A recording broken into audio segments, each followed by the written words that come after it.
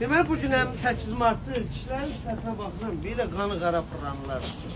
Durun gəlin bura, burada axşam da buradan çıxıb gedərik sarada. Gəlin burada vaxt öldürmək üçün ən gözəl yerdə. Həm jiletkalardan alın, həm belə 8 mart qadın geyimi nə idi? 8 martda ləğv olunur, həqiqətən da dünyaca qəti qadağandır. Təbrik eləmək də qadağandır, belə hədiyyə almaq da qadağandır. Amma kişilər gəlsin, gülsün, geçən yüzlər də gülür. İndi burada özlərine pul xərcləyəndə güləcəklər. Real nə deyirsən? Gəlsinlər pulxan. Daha önce 8 mart ləğv elədilər, bilirsən? 8 mart ləğv oldu. Həbsi da bu gündən ləğv olundu. Daha önce qeyd eləmir, nə də fikrini çəkmir. Hə? Bəli, qeyd eləməyin. Gündən ləğv olundu. Gəlin qəşəng belə buradan pal-paltardan, nə bilim bax. Bu bahalı maldan alın, 25 manata qoymuşuq. Gəlin bax belə qəşəng şeylərdə. Başda nə var? Şimdi 40 manata da yenə bilərlər, 42 manata da. Hər şeydə var. O nə?